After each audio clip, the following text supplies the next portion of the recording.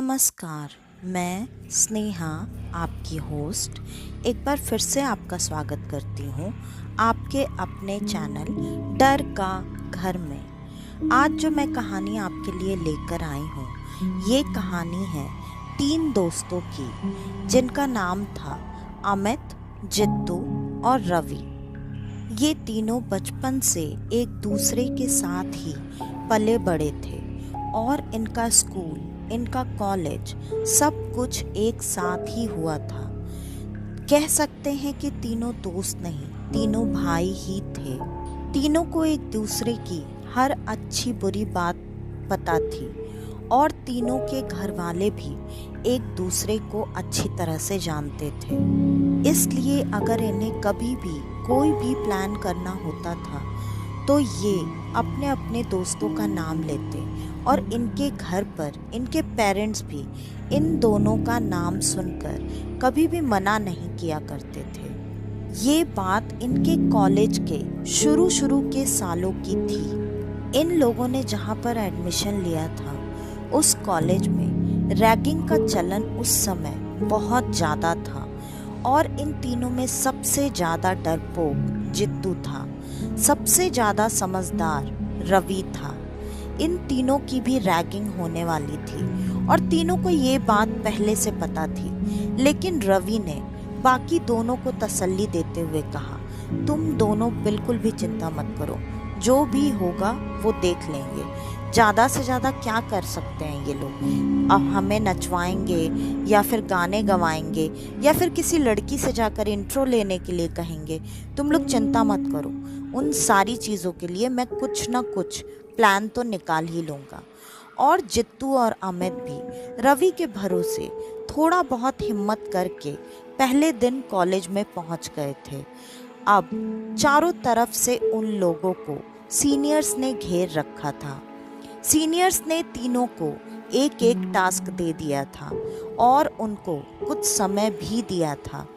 तीनों को वो काम उस समय के अंदर पूरे करने थे और आज तक सीनियर्स ने जब भी ऐसे किसी जूनियर की रैगिंग की थी तो जूनियर्स ज़्यादातर एक ना एक टास्क पूरा नहीं कर पाते थे, लेकिन रवि के समझदारी के वजह से उन तीनों ने तीनों टास्क पूरे कर दिए थे।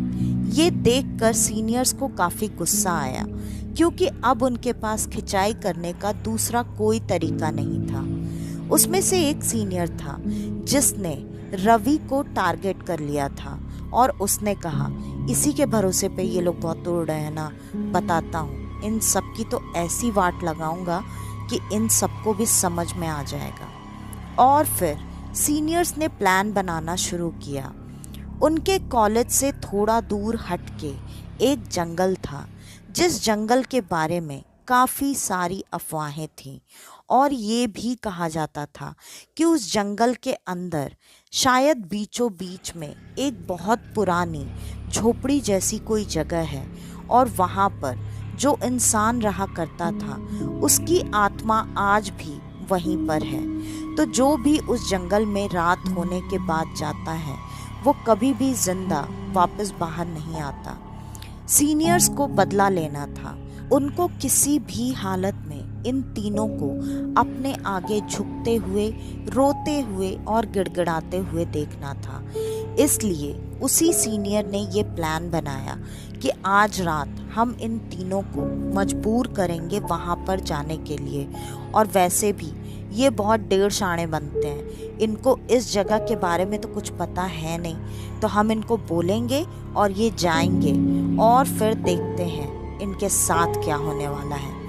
उस सीनियर के बाकी दोस्तों ने भी उसे मना किया, नहीं यार, ये खेल कहीं कुछ ज़्यादा खतरनाक ना हो जाए, इसलिए ऐसा नहीं करते हैं। लेकिन वो सीनियर गुस्से और चिढ़ से अंदर से इतना ज़्यादा भरा हुआ था कि उसको किसी की भी बात समझनी ही नहीं थी। उसको इससे बेहतर तरीका इन तीनों को झुकाने का और रुलाने का कुछ समझ में नहीं आ रहा था। बाकी के उसके दोस्तों ने उसे समझाया भी, अरे यार 1-2 दिन रुक जा, इतनी क्या तुझे जल्दी पड़ी है, हम कोई ना कोई और दूसरा रास्ता ढूंढ लेंगे। और तुझे भी पता है उस जंगल के बारे में कितनी कहानियां हैं, अगर मान ले ये जंगल में जाते हैं और इन्हें कुछ हो जाता है तो हम क्या करेंगे। फिर उस सीनियर ने कहा, तुम लोग बिल्कुल चिंता मत करो, मेरे पास इसका भी उपाय है। हम लोग जब उसको ये टास्क देंगे तो वहाँ पर कोई और नहीं रहेगा कि अगर आगे चल के कुछ गड़बड़ भी हो जाती है तो हमारा नाम इसमें नहीं आएगा, और हम ही लोग ये कहानी बना देंगे कि वो लोग खुद से ये जंगल के बारे में सुन के जानना चाहते थे, इसलिए उनको जाना था और हमारे मना करने के बाद भी चले गए, तो हमारे ऊपर कोई भी बात नहीं आएगी। तुम लोग बिल्कुल फिक्र मत करो, बस मेरा साथ देने के लिए तैयार रहो। और ना चाहते हुए भी उसके दोस्तों को उस वक्त चुप लगाना पड़ गया और उस सीनियर ने वैसा ही किया। कॉलेज खत्म होने के बाद उसने उन तीनों दोस्तों को रोका और रोककर ये बोलने लगा कि ठीक है, तुम तीनों ने हमारा दिया हुआ टास्क पूरा कर दिया ना, लेकिन वो टास्क आखिरी नहीं था। तुम्हारे लिए आखिरी टास्क जो हम देंगे अब वो होगा, और अगर तुम उस टास्क को पूरा कर दोगे तो ये मेरा और मेरे पूरे ग्रुप का वादा है तुम तीनों से कि पूरे साल जब तक तुम इस कॉलेज में रहोगे, हम यहाँ से निकल भी जाएंगे फिर भी तुमको इस कॉलेज में किसी तरह की कोई भी परेशानी नहीं होगी। चाहे वो लाइब्रेरी में बिना वक्त जाना हो, चाहे वो लैब में किसी चीज़ का बिना किसी के परमिशन के एक्सपेरिमेंट करना हो, या और भी जो भी फैसिलिटीज़ तुम चाहते हो वो सब हम तुम्हें दिलाने में तुम्हारी मदद करेंगे। ये बात सुनते ही जित्तू और रवि दोनों के चेहरे पे एक अजीब सी खुशी आ गई, क्योंकि उन दोनों को पढ़ाई और एक्सपेरिमेंट्स का बहुत ज़्यादा शौक था। जित्तू फिर भी उनकी शर्त सुनने का इंतज़ार कर रहा था, लेकिन इतनी बात सुनते ही रवि ने तुरंत आगे बढ़कर हाँ बोल दिया। उसने कहा, भाई देख, तुम्हारी जो भी शर्त है वो मुझे मंजूर है, वो मैं पूरा करने वाला हूँ, तू बस बता कि शर्त क्या है। ये सुनते ही उस सीनियर के चेहरे पे एक कुटिल मुस्कान आ गई। उसने कहा, ठीक है, सुन तेरा टास्क क्या है।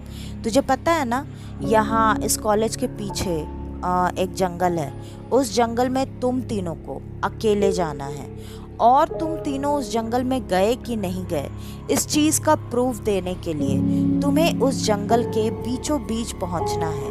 वहाँ पर कहते हैं एक बहुत पुरानी झोपड़ी है, उस झोपड़ी से जाकर तुझे कुछ ना कुछ सामान लेकर आना है।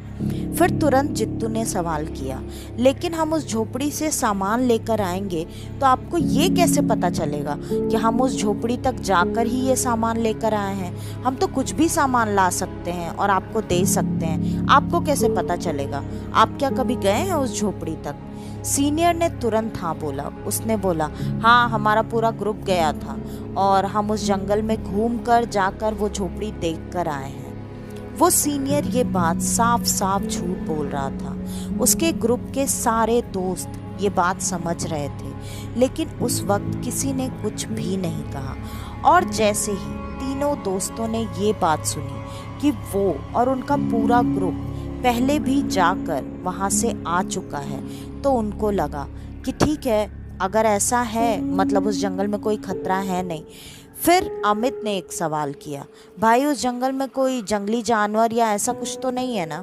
सीनियर्स ने कहा, नहीं नहीं, वहाँ कोई जंगली जानवर नहीं है, वहाँ के जानवर बहुत पहले ही ख़त्म हो चुके हैं, बस उस जंगल में कोई इसलिए नहीं जाता क्योंकि कहते हैं काफ़ी घना जंगल है।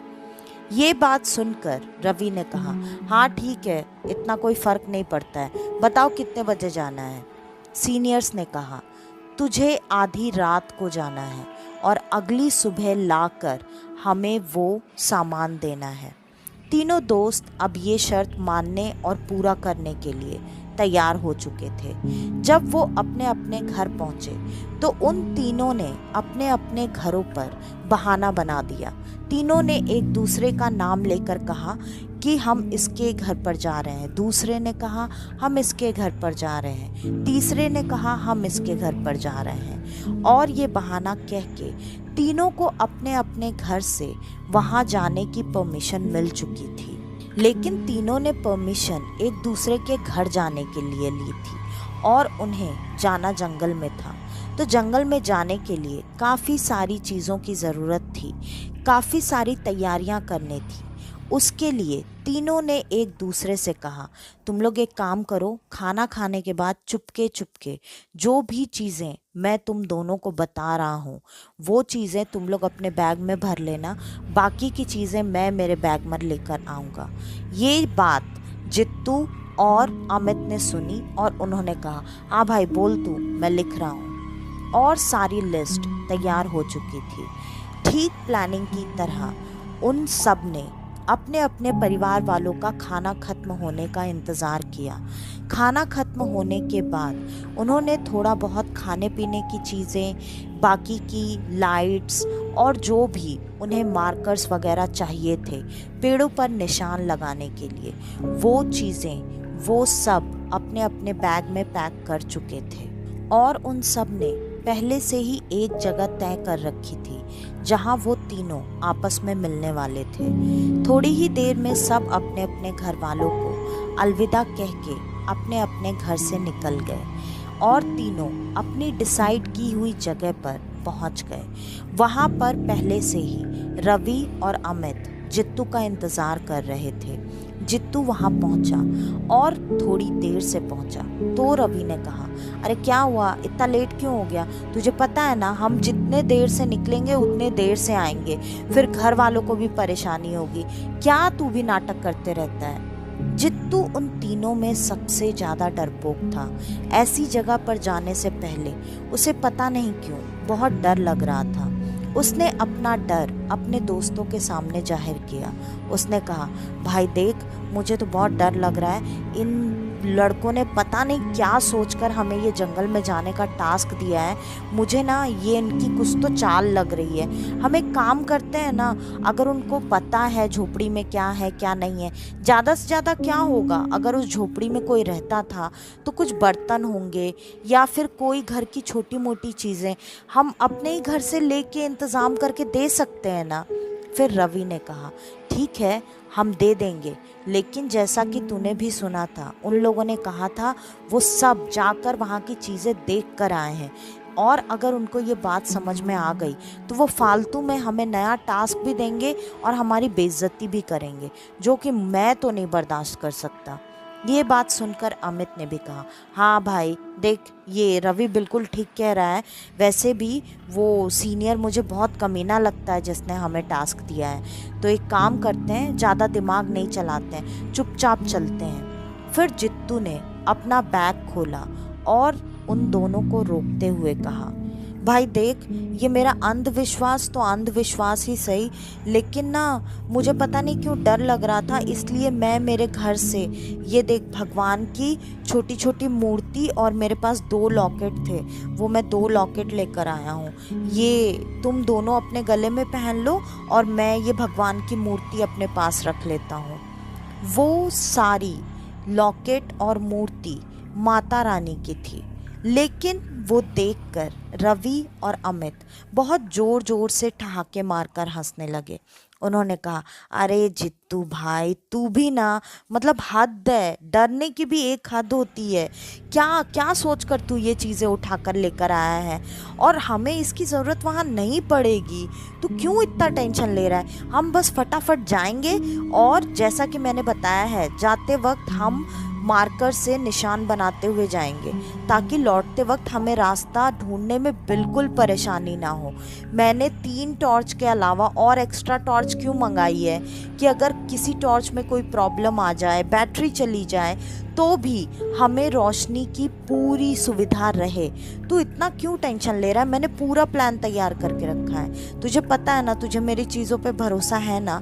जित्तू ने बिना कुछ बोले हाँ में सर हिला दिया, लेकिन फिर भी उसने डरते हुए कहा, भाई देख, भरोसा तो है, लेकिन ना आज सच में पता नहीं क्यों मुझे बहुत डर लग रहा है, और मुझे लग रहा है हम जो करने जा रहे हैं हम सही नहीं कर रहे हैं। तुम लोग क्यों नहीं समझ रहे हो मेरी बात? अच्छा ठीक है, नहीं मान रहे हो मत मानो, लेकिन मैं जो ये भगवान के लॉकेट लेकर आया हूँ वो तो पहन लो यार।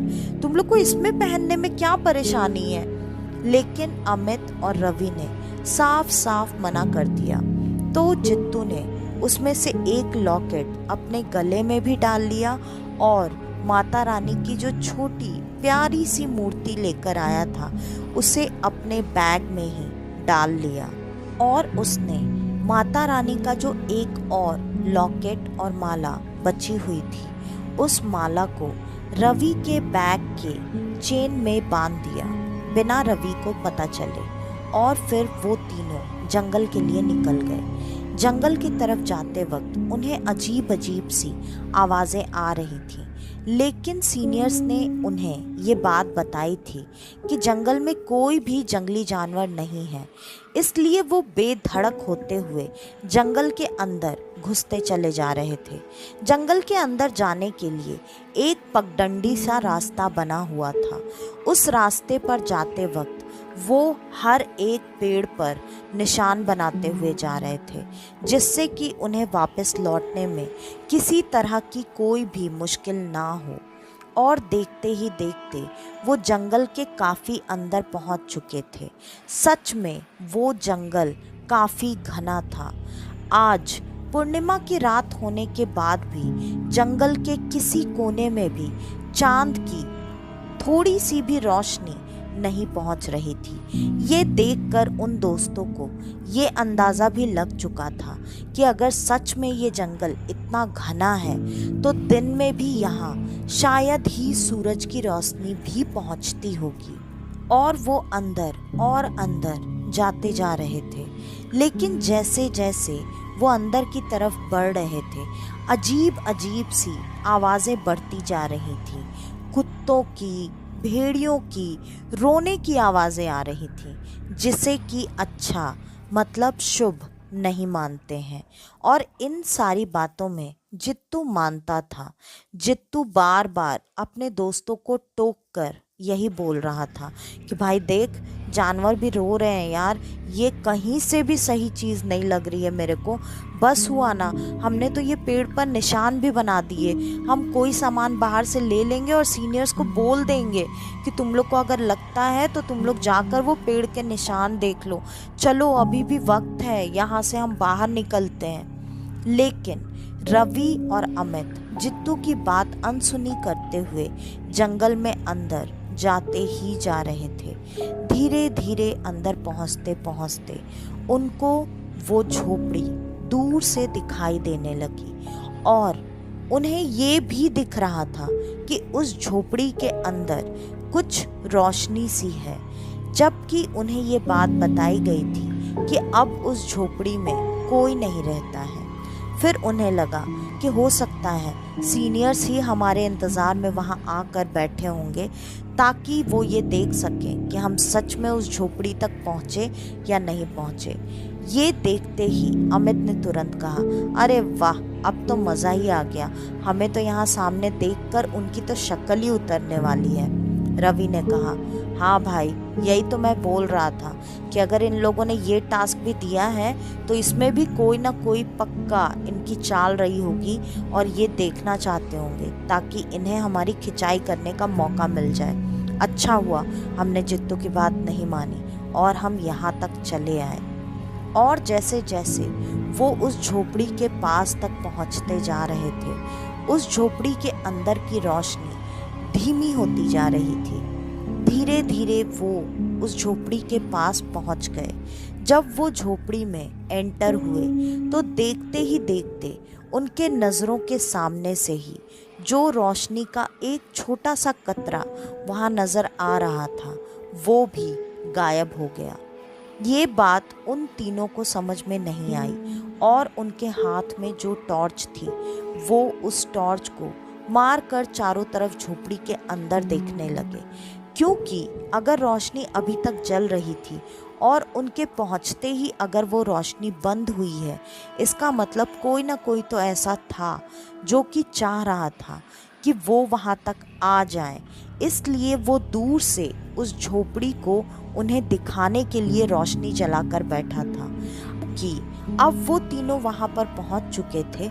उन लोगों ने रोशनी बंद कर दी थी और इन लोगों को ये काम सीनियर्स का ही लग रहा था। इसलिए सीनियर्स को ढूंढने के लिए वो चारों तरफ टॉर्च मारकर सीनियर्स का नाम लेकर चिल्लाने लगे, लेकिन वहां पर कोई भी नहीं था। सिर्फ उन दोनों की ही आवाजें चारों तरफ जंगल में और झोपड़ी के अंदर गूंज रही थी।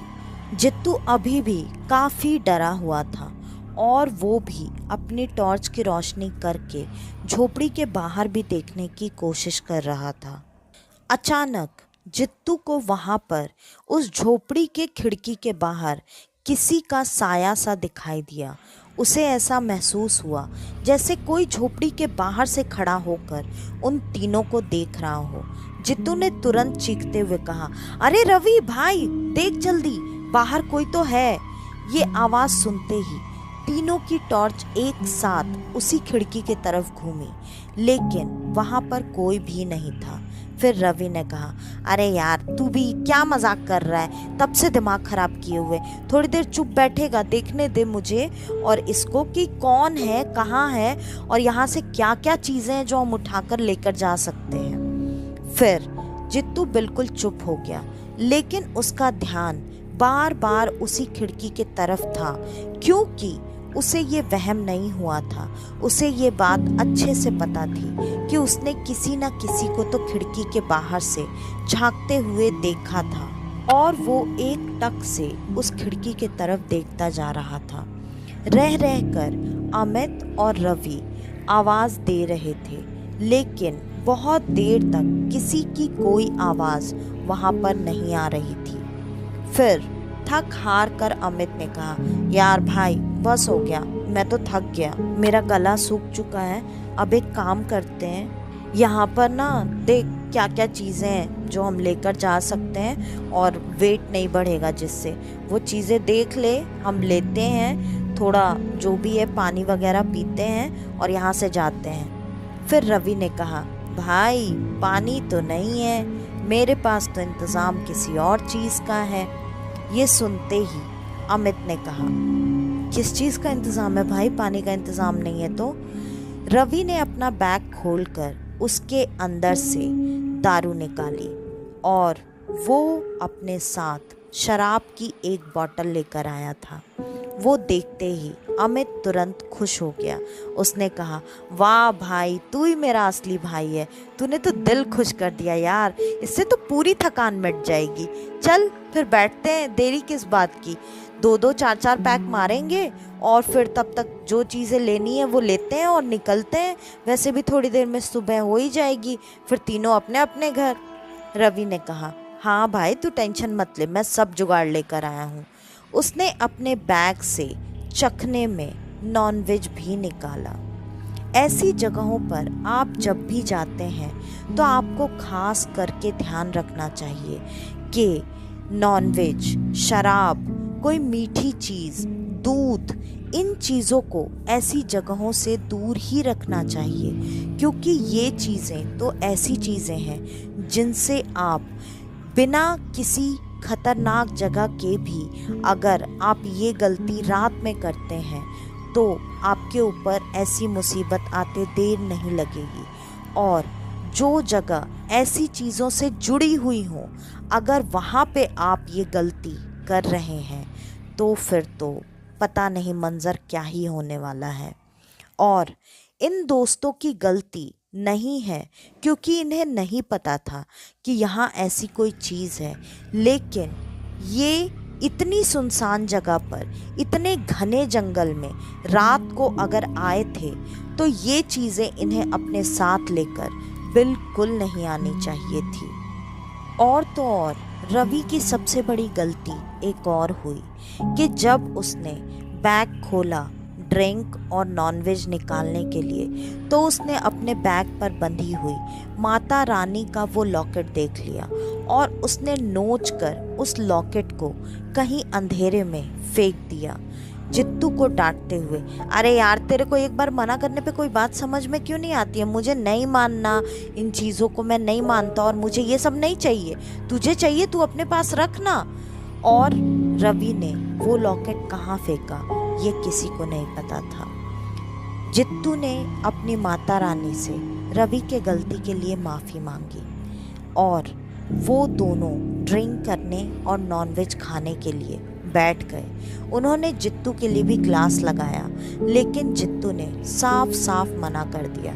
उसने कहा, नहीं भाई, तुम लोग को जो करना है तुम लोग करो। मैंने बोला ना, तुम लोग अपना 2, 4, 6 जितने पैग मारने हैं मारो और उसके बाद चलो। मैं यहाँ से बस निकलना चाहता हूँ और जो भी करना है तुम लोग को जल्दी करो। तुम लोग फालतू में यहाँ पर रह कर क्यों रिस्क बढ़ा रहे हो? लेकिन वो दोनों जित्तू की बात किसी भी तरह से ना तो सुनना चाहते थे ना मानना चाहते थे। इसलिए जित्तू का ग्लास जो उन लोगों ने बनाया था उसमें से आधा आधा रवि ने दोनों के ग्लास में डाला और जित्तू का ग्लास उधर ही साइड में फेंक दिया। जब उन दोनों ने आपस में एक दूसरे के ग्लास को चीयर्स करने के लिए टकराया, उनके ग्लास से थोड़ा सा शराब वहीं ज़मीन पर गिर गया और गिरते ही उन्हें ऐसी आवाज़ आने लगी जैसे कोई किसी चीज़ को चुस्कियाँ ले लेकर पी रहा हो। ये आवाज़ बहुत तेज और साफ साफ थी, लेकिन कहीं पर कोई भी नज़र नहीं आ रहा था। नॉनवेज की प्लेट वहीं ज़मीन पर रखी हुई थी और वो दोनों टॉर्च को साइड में खड़ा करके अपनी अपनी शराब की ग्लास को पी रहे थे। वो आवाज़ अब थोड़ी देर तक आने के बाद बंद हो चुकी थी। उन सबको ये लगा कि उनका ये वहम होगा। दोनों शराब बहुत एंजॉय करके पी रहे थे। उन्होंने एक पैक ख़त्म किया और दूसरा पैक बनाने वाले थे। दूसरा पैक अपने ग्लास में डालकर जब अमित ने हाथ लगाया चिकन उठाने के लिए तो वहाँ प्लेट में चिकन का एक भी टुकड़ा नहीं पड़ा हुआ था। फिर अमित ने कहा, क्या भाई, मैंने तो एक पीस भी नहीं खाया, तू लेकर भी आया और सब अकेले खुद ही खा गया। फिर रवि ने कहा, अरे तेरा दिमाग ख़राब है क्या? मैंने तो यहीं ज़मीन पर रखा था, मैंने तो छुआ भी नहीं, मैं तो तेरे ही साथ दारू पी रहा हूँ और जित्तू तो वहाँ कोने में बैठा है। तू ना, लगता है तुझे एक पैग में ही चढ़ गई है आज। फिर अमित ने कहा, हाँ मुझे चढ़ गई है, नीचे देख, प्लेट पूरा खाली पड़ा हुआ है। तूने नहीं खाया, मैंने नहीं खाया, जित्तू उतनी दूर बैठा है तो ख़त्म कैसे हो गया? अब ये बात कहीं ना कहीं रवि को भी ये सोचने पर मजबूर कर रही थी कि ऐसा कैसे हो सकता है। उन दोनों ने वहाँ पर चिकन प्लेट में भर कर रखा था और पूरा का पूरा चिकन कैसे ख़त्म हो गया, ये बात वो लोग सोच ही रहे थे कि तब तक उन्हें किसी के कुछ बहुत चबा चबा कर खाने की आवाज़ आ रही थी। और जैसे किसी के मुंह में बहुत सारी लार मतलब सलाइवा अगर भरा हुआ होता है तो जब आप उसे अंदर की तरफ खींचते हो तो जैसी आवाज़ आती है, बार बार चबाने पर और सलाइवा खींचने वाली आवाज़ उनको एकदम साफ साफ सुनाई दे रही थी। अब उन तीनों को डर लगने लगा और उन लोगों ने बारी बारी करके उस कमरे की तलाशी फिर से ली, लेकिन उन्हें कहीं भी कुछ भी दिखाई नहीं दे रहा था। जित्तू का डर अब बहुत ज़्यादा बढ़ चुका था और जित्तू ने कहा, भाई देख, ये मेरा वहम नहीं है, मैं तुम लोग से बहुत देर से कह रहा हूँ, मुझे यहाँ कुछ तो गड़बड़ लग रही है और अब ये चीज़ें जो हो रही हैं, चलो यहाँ से जाते हैं। फिर रवि ने कहा, ठीक है, वैसे भी अब चिकन है नहीं तो दारू पीने में मज़ा नहीं आएगा, एक काम करते हैं, ये बॉटल वॉटल अंदर डालते हैं, घर चलते हैं, अपन बाद में कभी पीने का प्रोग्राम बना लेंगे। अमित ने कहा, हाँ ठीक है, तूने देखा हमें क्या चीज़ें उठानी है क्या नहीं? फिर रवि ने कहा, नहीं अभी नहीं देखा है, ये चीज़ें रखने दे, उसके बाद देखता हूँ। और जब रवि ने वो दारू की बोतल उठाई तो उसने देखा वो दारू की बोतल भी पूरी तरह से खाली हो चुकी थी और वो ज़मीन पर गिरी हुई पड़ी थी। तो रवि को लगा शायद हाथ लगकर वो ज़मीन पर गिर गई हो, इस वजह से पूरी शराब नीचे गिर गई होगी। लेकिन वहाँ ज़मीन पर शराब का नामो निशान नहीं था। उस झोपड़ी के नीचे ज़मीन पर फर्श नहीं दिख रही थी, क्योंकि वहाँ पूरे झोपड़ी के अंदर बोरी बिछी हुई थी और वो बोरी गीली भी नहीं थी। तो अगर शराब नीचे गिरी तो वो गई कहाँ, बोरियां गीली क्यों नहीं हुई। ये सारी चीज़ें अब कहीं ना कहीं उन्हें भी ये समझ में आ रहा था कि गड़बड़ कुछ ना कुछ तो ज़रूर है। अब जब अमित की आंख अचानक उसी खिड़की की तरफ गई जहां पहले जित्तू दिखा रहा था कि कोई खड़ा है, अमित को भी वहां पर एक नहीं 2 लोग खड़े हुए और अंदर झांकते हुए नजर आए। अमित भी जोर से चीखा और बोलने लगा, भाई कोई ना कोई तो है यहाँ पे, पक्का है, मैंने भी अभी देखा, वो खिड़की से 2 लोग झांक कर देख रहे थे। रवि ने कहा, भाई ठीक है, अब मुझे भी चीज़ें समझ में आ रही हैं, तू परेशान मत हो, हम लोग बस अब थोड़ी देर में निकल रहे हैं यहाँ से जो चीज़ें लेनी है, वो जो हाथ में आता है वो 3 चीज़ें उठा और चल यहाँ से। तीनों को कोई ना कोई चीज़ उठानी थी, लेकिन जित्तू ने साफ साफ इनकार कर दिया। उसने कहा, मैं यहाँ की किसी भी चीज़ को हाथ नहीं लगाने वाला, तुम लोगों को अगर लेना है तो लो, नहीं तो मैं अब जा रहा हूँ। ये बात सुनते ही अमित और रवि दोनों ने इधर उधर जब हाथ बढ़ाया, उनके हाथ में जो भी चीज़ आई उन लोगों ने बिना देखे हुए उन चीज़ों को पकड़ा और जित्तू के पीछे बढ़ने लगे। जित्तू जब उस झोपड़ी के दरवाजे को खोलने की कोशिश कर रहा था तो वो दरवाज़ा पूरी तरह से बंद हो चुका था। वो दरवाज़ा हिल भी नहीं रहा था। वो दरवाज़ा तो लकड़ी का था, लेकिन उसको खींचकर ताकत लगाने में जितनी मेहनत लग रही थी, लग रहा था जैसे वो लोहे का दरवाज़ा है। और अब तीनों उस दरवाजे पर लटक कर उसे खोलने की, खींचने की, हिलाने की कोशिश कर रहे थे, लेकिन वो दरवाज़ा तीनों के ताकत लगाने पर भी टस से मस नहीं हुआ। और अब धीरे धीरे वो जो खाने चबाने की और सलाइवा, लार मुंह में अंदर खींचने की अजीब सी, भयानक सी आवाज़ उन्हें सुनाई दे रही थी, वो आवाज़ अब बढ़ती जा रही थी। धीरे धीरे वो आवाज़ बढ़ते बढ़ते अब उनके कानों के बिल्कुल पास से आ रही थी। अभी अचानक अमित को ऐसा महसूस हुआ जैसे किसी ने उसके कान पर अपनी गीली लार से भरी हुई जीभ को घुमाया है।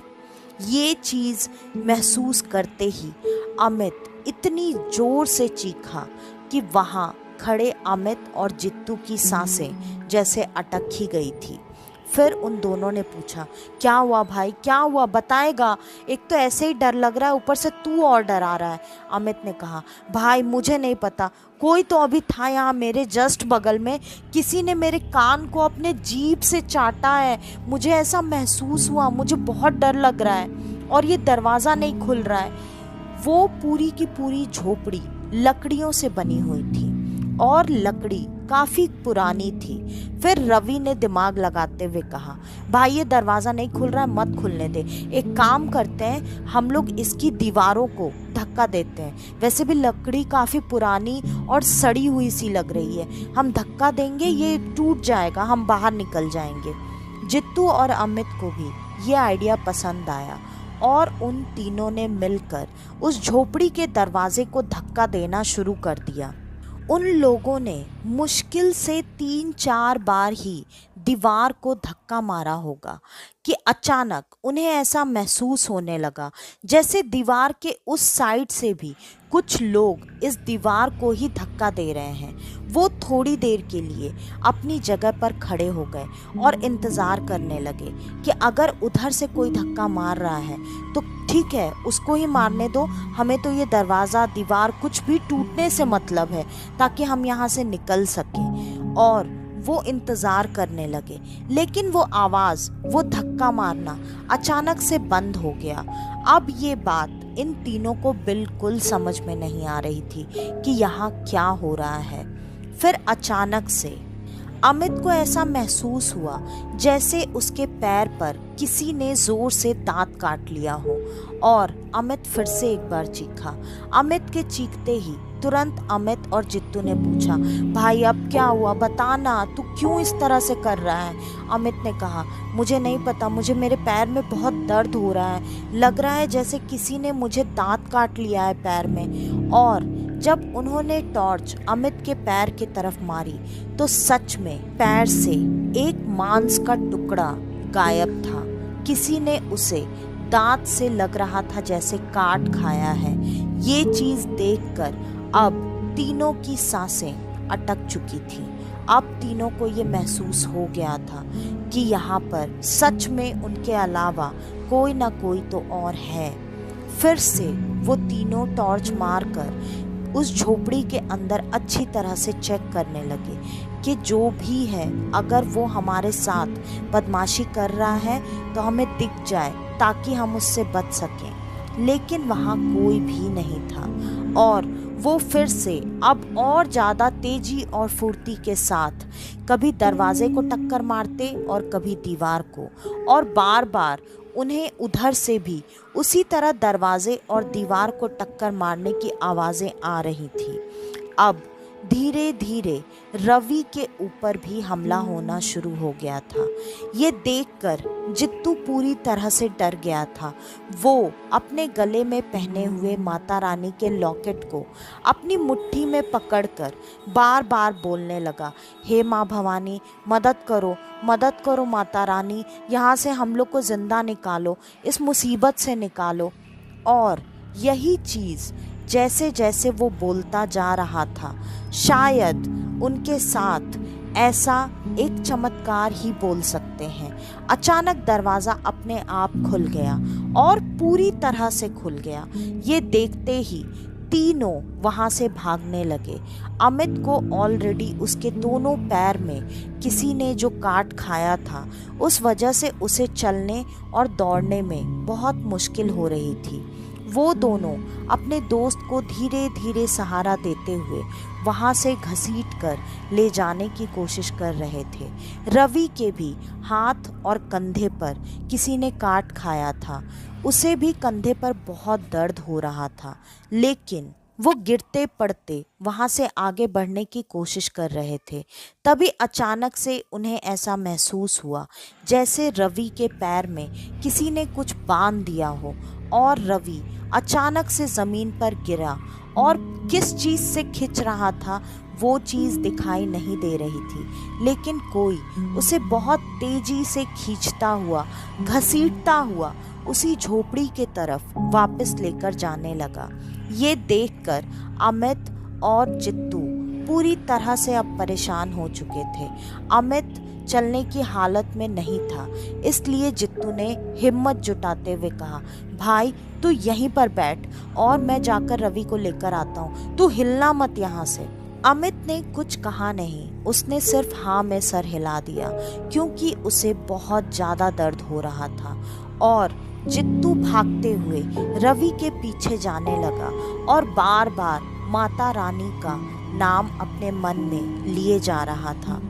और यहाँ पर अमित जंगल के बीचों बीच अकेले ज़मीन पर बैठा हुआ था। जब वो ज़मीन पर बैठा हुआ था तो उसे बार बार ऐसा महसूस हो रहा था जैसे उसकी गर्दन कोई खींचकर उसके शरीर से अलग करना चाहता है। उसे दर्द हो रहा था लेकिन वो चीख नहीं पा रहा था। जित्तू भागते भागते रवि के पीछे पीछे उस झोपड़ी तक पहुंच गया।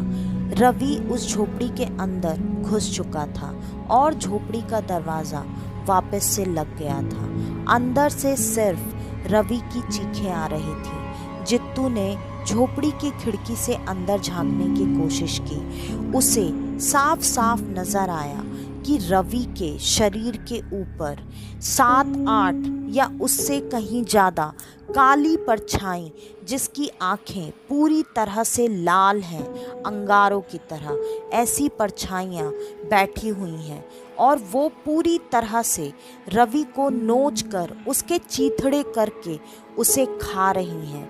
ये नज़ारा जित्तू को पूरी तरह से हिला चुका था और जित्तू के आंखों के सामने ही रवि का गला भी उसके धड़ से अलग कर दिया गया।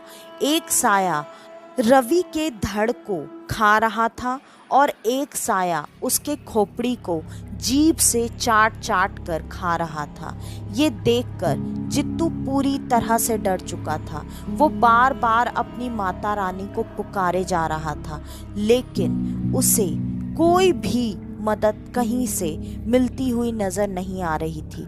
उसके आंखों के सामने देखते देखते रवि की जिंदगी खत्म हो चुकी थी और अब जित्तू जानता था वहाँ अब रुकने का कोई फायदा नहीं होने वाला था।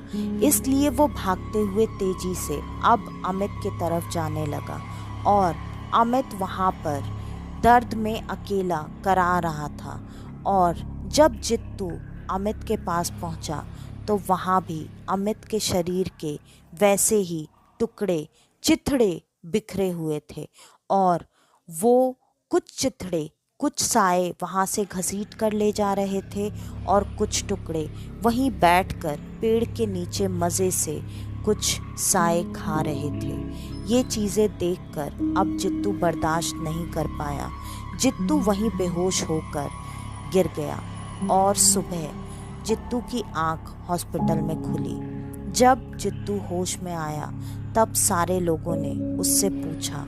जित्तू ने सारी बात शुरू से लेके अंत तक बता दी और जित्तू को ये बात अच्छे से पता थी कि उसे अगर किसी ने छुआ नहीं या किसी ने नुकसान नहीं पहुंचाया तो उसका कारण सिर्फ और सिर्फ माता रानी थी, क्योंकि उसके साथ उसके बैग में भी माता रानी थी और उसके गले में भी। इस वजह से जित्तू की तो जान बच गई, लेकिन उसने हमेशा हमेशा के लिए रवि और अमित को अब खो दिया था। ये सारी चीज़ें सुनने के बाद अब इसमें कोई कुछ कर तो नहीं सकता था। हाँ, रैगिंग के लिए उन लड़कों पर जो केस चलना था वो केस चला। जित्तू हॉस्पिटल से तो घर आ गया, लेकिन वो इस हादसे से जल्दी उभर नहीं पा रहा था। उसे काफ़ी वक्त तक काफ़ी सारी चीज़ों का ट्रीटमेंट दिया गया, जो कि माँ बाप के हिसाब से कहीं ना कहीं सही भी था। उसका इस वजह से पढ़ाई में 2 साल भी बर्बाद हुआ। हाँ, लेकिन बाद में उसने अपनी पढ़ाई कंटिन्यू भी की और पूरी भी की। तो आज की ये कहानी यहीं पर ख़त्म होती है। आपको हमारी आज की ये कहानी कैसी लगी हमें कमेंट करके बताना बिल्कुल भी मत भूलिएगा। और अगर आपको हमारी आज की ये कहानी पसंद आई है तो हमारे इस चैनल को लाइक, शेयर और सब्सक्राइब ज़रूर कर दें। थैंक यू आप सबका। आप सबके मदद से ही आज हमारा चैनल 600 से ज़्यादा सब्सक्राइबर इकट्ठे कर पाया है। अपना प्यार और सपोर्ट हमारे साथ हमेशा ऐसे ही बनाए रखें और जितना ज़्यादा से ज़्यादा हो सके अपने दोस्तों के साथ हमारी ये कहानियाँ शेयर करें। और अगर आपके पास आपकी ऐसी कोई कहानी हो तो डिस्क्रिप्शन में दिए ईमेल आईडी या इंस्टा आईडी पर आप हमें वो भेज सकते हैं और चाहें तो इंस्टा पर हमें फॉलो भी कर सकते हैं। तो आज के लिए बस इतना ही। मैं स्नेहा आपकी होस्ट आज के लिए लेती हूँ अलविदा। कल वापस से आप सब से मिलने आऊँगी और आप सबको लेकर जाऊँगी कुछ जाने अनजाने किस्से कहानियों के सफ़र पर, आपका अपना डर का घर में। तो कल तक के लिए नमस्कार।